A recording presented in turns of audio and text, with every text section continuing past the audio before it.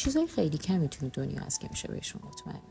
این فقط نظر من نیست، چون از هر کسی که تا حالا خواستم یه نصیحت بهم بکنه تقریبا یه جمله مشترک شنیدم: به هیچ کس اعتماد نکن.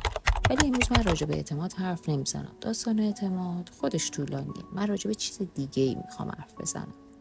درست موضوعاتی که میشه بهشون اطمینان کرد کمه، اما من به یه چیز مطمئنم: هیچ کدوم از ما ترس رو دوست نداریم. ترس از ارتفاع، ترس از موجودات موذی، یا ترس‌های عمیق‌تر مثل از دست دادن، ترس از آینده، از زندگی. اما اون چیزی که من میخوام بگم احساس اون لحظه است که نمیدونی داری با زندگی چیکار میکنی و بترسی. اونقدر که حتی شبا خوابت نبره، اونقدر که حتی ندونی از چی میترسی، و این از همه بدتره. ندونی این دنیای سیاه و ناشناخته جدید داره تو رو کجا میبره، داره با چی کار میکنه، اصلا از کجا پیدا شد و زمام همه چیز رو گرفت توی دستش.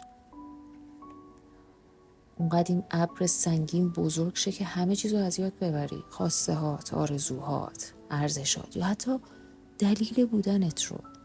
بشینی وسط اون تاریکی تا بلکه بالاخره پیدا کنی دریچه نور رو. اما نه، نمیشه. تا جایی که به ملال میرسی و انگار از دل همون خرابه هاست که آباد میشی. سوالات میشن پاسخ راهت. اینکه من از چی میترسم؟ دلیل ترس من چیه؟ چی منو بیشتر از همه میترسونه؟ اصلا از کی من ترسو شدم؟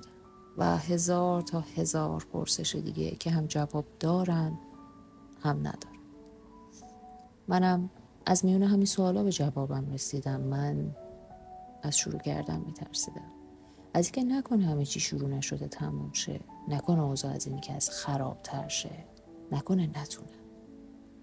و اگه قرار بر فاجعه سازی اتفاق نیفتاده باشه، من یک خوب بلدم. لعنت به کمال‌گرایی. حالا که فهمیدم از چی میترسم، راه حلش اینه که باش روبرو شم.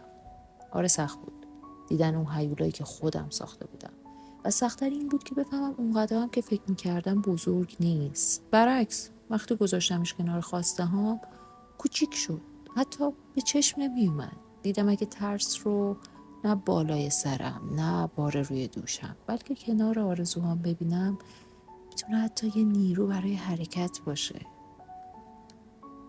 سخت بود آرزو کردن، خواستن، دوباره ساختن. خیلی سخت.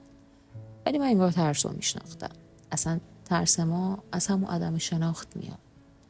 حرکت کردن که از اونم سخت‌تر بود. ولی یادم اومد که من کی هستم.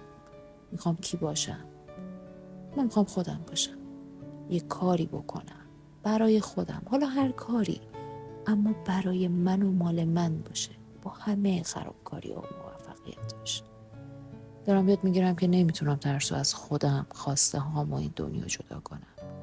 اما میتونم کسی باشم که با همون ترس کارایی که دلم میخواد رو شروع کنم، که از شروع نترسم.